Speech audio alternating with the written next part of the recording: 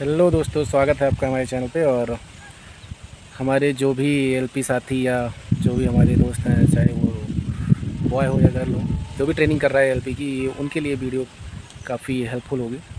इसमें मैं आपको बताना चाहता हूँ या बता कि आपकी जो ट्रेनिंग होती है, आपका जो वैसे तो ट्रेनिंग का पीरियड जो होता है वो 120 डेज़ का होगा, टोटल वर्किंग डेज़ 120 डेज़ का होता है। और उसमें आपकी जो 24 डेज़ की होती है वो ट्रेनिंग आपकी GNSR की होती है, यानी कि जनरल एंड सब्सिडरी रूल जिसको कहते हैं। ये आपका जो होता है वो रेलवे का रूल्स और रेगुलेशन होते हैं, उसमें आपको वो पढ़ाया जाता है। और आपकी जो ये ट्रेनिंग होती है वो ZRTI, यानी कि आपका जो भी जोन होगा, चाहे आपका नॉर्दर्न जोन हो या फिर वेस्टर्न जोन हो, सेंट्रल जोन हो या फिर साउथ सेंट्रल हो या फिर नॉर्थ वेस्टर्न हो, जो भी जोन होगा आपका, वहाँ पे आपका एक जोनल रेलवे ट्रेनिंग सेंटर होता है। और वहाँ पे वो ट्रेनिंग जो होती है वो आपकी कराई जाती है। वैसे तो वहाँ पे नॉन टेक्निकल जितनी पोस्ट होती हैं उनकी ट्रेनिंग्स होती हैं, लेकिन हमारी भी ट्रेनिंग वहाँ 24 डेज़ की कंडक्ट कराई जाती है दोस्तों। वहाँ पे स्टेशन मास्टर, TMR यानी कि ट्रेन मैनेजर या गार्ड, जिसको आप साधारण भाषा में गार्ड कहते हैं, उनकी, और TT की, TC की, टिकट कलेक्टर की, इन सभी की ट्रेनिंग वहाँ पे कंडक्ट होती है। और हमारी भी रूल्स की जो ट्रेनिंग है GNSR की, जनरल सब्सिडी रूल की, वहाँ पे ट्रेनिंग होती है। इसी के बारे में मैं आपको जानकारी देने के लिए ये वीडियो बना रहा हूँ दोस्तों। तो जैसा कि मैं बताया, वहाँ पे 24 डेज़ का टोटल ट्रेनिंग प्रोग्राम होता है। और उसमें आपका 22 डेज़ यानी कि आपकी पढ़ाई होगी, आपका ट्रेनिंग होगा क्लासरूम में। उसमें आपके वर्कशॉप रिलेटेड कुछ होंगे, कुछ गेस्ट लेक्चर्स भी होंगे, बाहर से लोग आएंगे, इंस्ट्रक्टर आपको वो गेस्ट लेक्चर उसमें उसी में आपको फायर एक्सटिंग्विशर के बारे में बताएंगे, सारी चीज़ें के बारे में आपको उसमें जो भी चीज़ें आपको ज़रूरी है। सिग्नल मेनली वहाँ पे आपको सिग्नल पे ज़्यादा ज़्यादा इफेक्टिवली पढ़ाया जाता है, क्योंकि सिग्नल्स हमारे लिए बहुत ही इंपॉर्टेंट है, हमारे रनिंग स्टॉप यानी कि क्रू के लिए।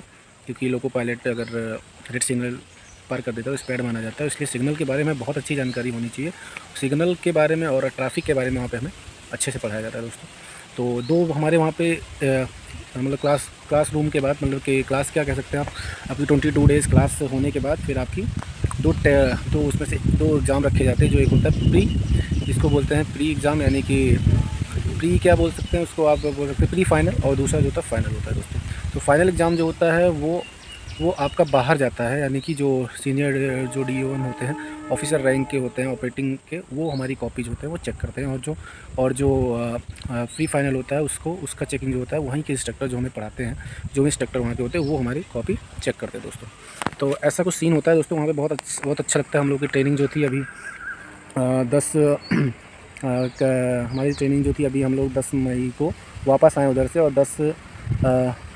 10 अप्रैल को हमारी ट्रेनिंग जो होती है वहाँ से स्टार्ट हो गई थी। हम लोग वहाँ पे गए थे ZRTI मौला अली हैदराबाद में, जो हमारा साउथ सेंट्रल रेलवे है। तो हमारी ट्रेनिंग वहाँ पे होती है। आपका जो भी सेंटर होगा, अगर आपकी ट्रेनिंग हो चुकी है GNSR की तो ठीक बात है, अगर नहीं होगी तो आपकी ट्रेनिंग वहाँ पे होगी। और मैं आपको एक इंपॉर्टेंट चीज़ बताना चाहता हूँ कि इस ट्रेनिंग को आप बिल्कुल हल्के में मत लीजिएगा, लाइट वेट मत लीजिए, क्योंकि ये बहुत ही क्रूशियल रोल अदा करेगा आपके फाइनल सीनियरिटी में। क्योंकि वहाँ का जो नंबर है वो आपके सीनियरिटी, जो आप DTTC, जो आप ETTC में इलेक्ट्रिकल की ट्रेनिंग कर रहे हैं, AC की ट्रेनिंग कर रहे हैं, उसमें वो आपका काउंट होगा नंबर, और उससे आपका सीनियरिटी जो होगा वो बनेगा।